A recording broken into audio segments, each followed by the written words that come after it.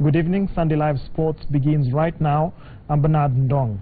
Bernard Mangoli rescued FC Leopards, scoring twice as Ingwe came from a goal down to beat City Stars by 2-1 in an entertaining clash at the Nyayo National Stadium in Nairobi.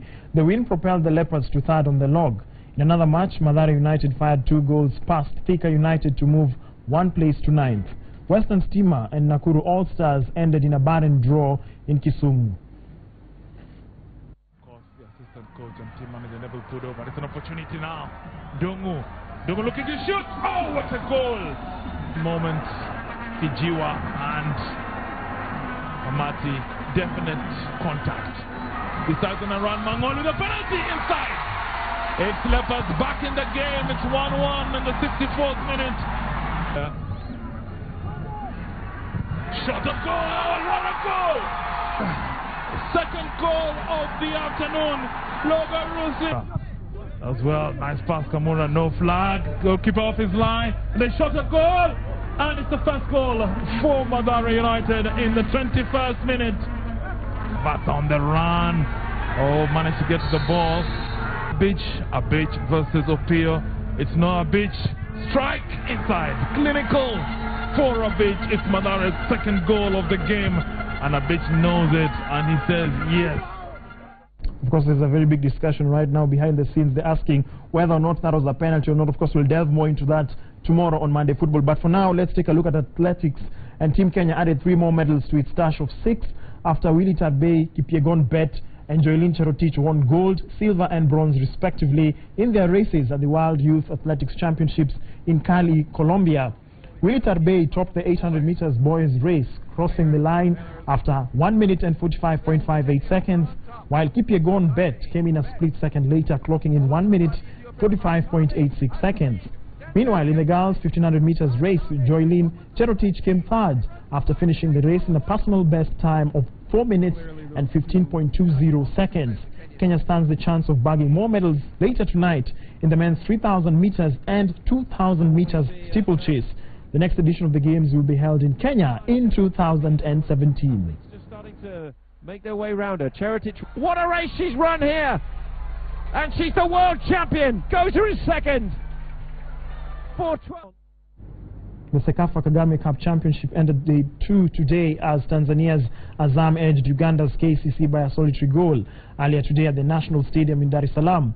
In another match played at the same venue, Malakia Juba beat Ethiopia's Adama City by 2-1. Meanwhile, Kenya's representative Gor Mahia have no time to rest on their laurels as they prepare to face Zanzibar's KMKM tomorrow at 4 p.m. East African time.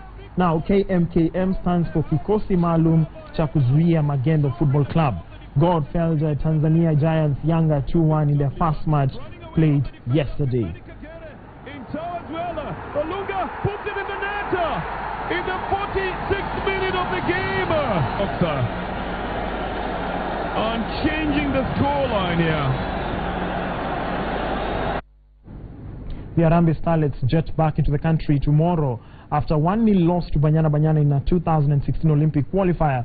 Despite the 1-0 loss to the Starlets have been applauded for valiant efforts in the face of a team that regularly competes in World Cup and African Cup of Nations tournaments.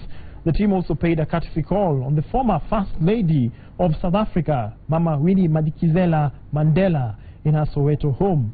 The Starlets will face Banyana again in a return leg on the 2nd of August in Machakos. Stars need to score 2 unanswered goals to advance to the 3rd round of the qualifiers.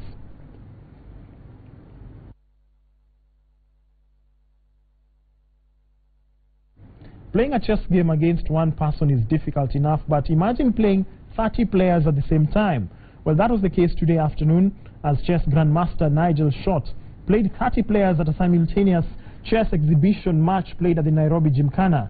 The Briton faced a Kenyan select team of 30 players of different ages and skills in a chess match at one go. Nigel moved from one table to another, as you can see there, making the decisive move before proceeding to the next simultaneously. And yes, he did indeed beat all the 30 players.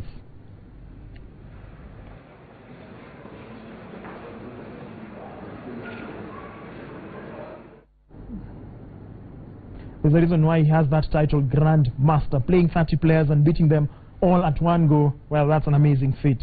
In other news making sporting headlines across the borders, the English Premier League isn't here yet, but one would think that it is because most of the top teams are in action this weekend.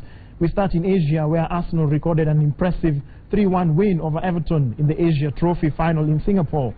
Arsene Wenger had a debut to new signing Peter Cech, and so goals from Theo Walcott, Santi Cazorla and Mesut Ozil secure his side victory in front of a crowd of 53,000 at the National Stadium. Elsewhere, Steven Gerrard enjoyed a winning MLS debut yesterday as his side beat San Jose Earthquakes by 5-2 to vault to the lead of the Western Conference. The former Liverpool captain set up Robbie Keane twice and netted one of his own in California.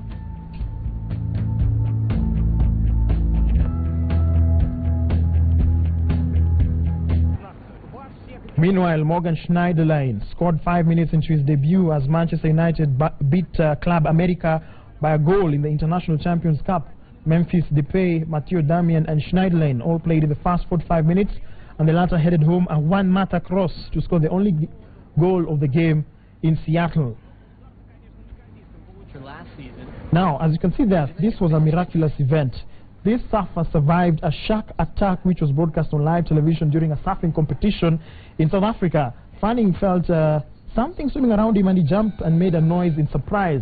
Luckily, one of his punches landed on the shark's back and the shark retreated. The surfer escaped the incident without injuries. See some teeth? Did you get some teeth? I just saw a fin. I didn't see the teeth. I was waiting for the teeth to come at me as I was swimming. I was like, ah!